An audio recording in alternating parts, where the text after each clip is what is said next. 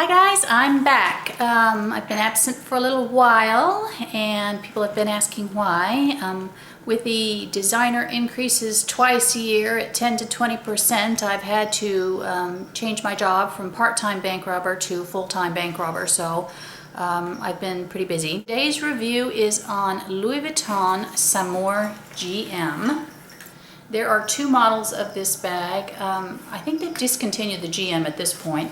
There's the MM and the GM. This is the GM.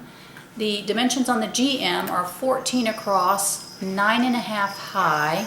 The width is 5 inches, but if you fill it up, then the width obviously gets much bigger. It's designed after saddlebags, so it does open up, and I'll show you that. The strap width is 3/4 inches. It does come with a shoulder protector. Let me show you the close-ups. The MM size is basically the same dimensions. The only thing is it's about 2 inches in length shorter. They used to be called Saumur 30, Saumur 35. They changed the name to Saumur MM and Saumur GM. And like I said, I think the GM has now been discontinued. And I'll tell you the story about this. I did get this pre-loved on eBay. Let me show you some close-ups of the bag. The rivets are all engraved Louis Vuitton. The front of the bag, which the LVs are right side up, the horizontal tab is embossed Louis Vuitton Paris. Each side has a buckle to close it. The sides also have buckles to cinch it in, and I'll show you these unbuckled, how they resemble a saddlebag. Just a second. The date code is located in the back part of the bag inside the pocket. I'll show you. The back part of the bag has a flat pocket on the interior. The front part of the bag is just an open compartment.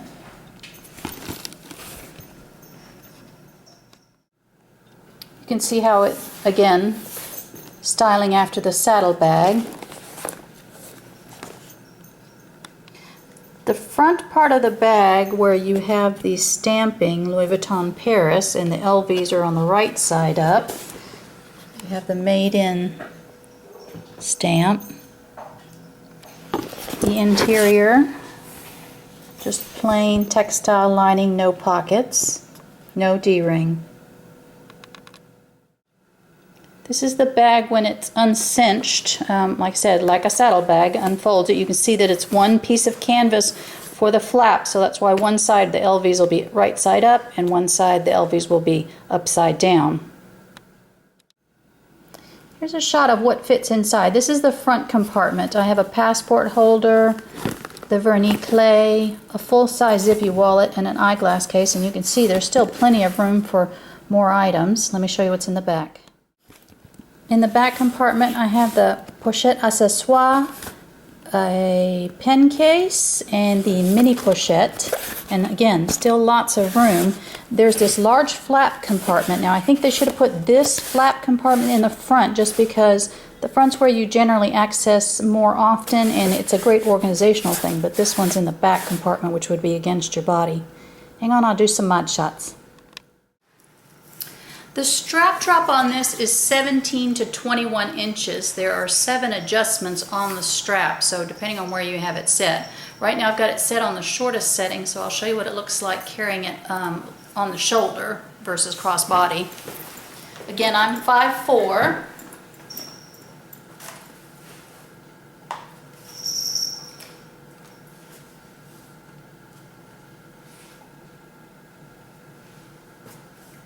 Let me show you crossbody. I'll have to adjust the strap. This is on the longest setting, crossbody. I'm 5'4".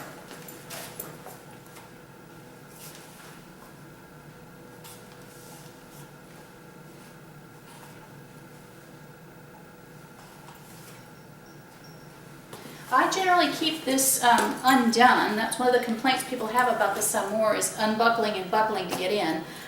If I am going somewhere where I know I'll need to get in and out of the bag, I may just buckle it and not tuck it in, or I may just tuck the strap down and not buckle it. The one on the back I generally keep buckled because I don't have to go into it that often. It doesn't really bother me. It's not a hassle for me, but I have heard that as a complaint. Again, this one is the GM. I'll show you short too. You can wear it as a very short shoulder bag. You run the strap between the two sections like this, and then you have a very short strap. Either you can hand carry or you can wear it on your shoulder.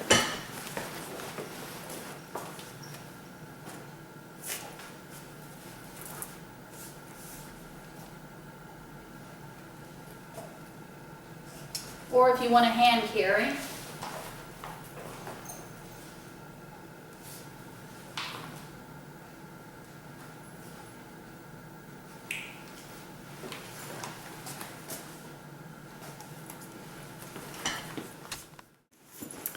so I bought this bag pre-loved on eBay. The listing was for a Saumur 30, which I actually would prefer as an everyday bag. The listing was for a 30. It was in great condition. The seller was a new seller, so I did get this authenticated both before buying it and after I got it. When I got it, I knew that it wasn't the 30 because it was too big when I tried it on.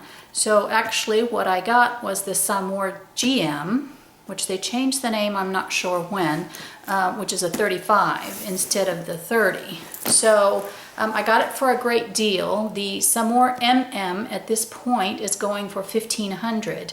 The Saumur GM went for a little bit more than that, I think, $1,600. I got it for less than 40% of retail, in great condition. The seller said it had never been worn, but in fact when I got it I knew that's not true because I see denim transfer on parts of it. But you have to look really close to see it, and I can remove it with LMB, so loving my bags.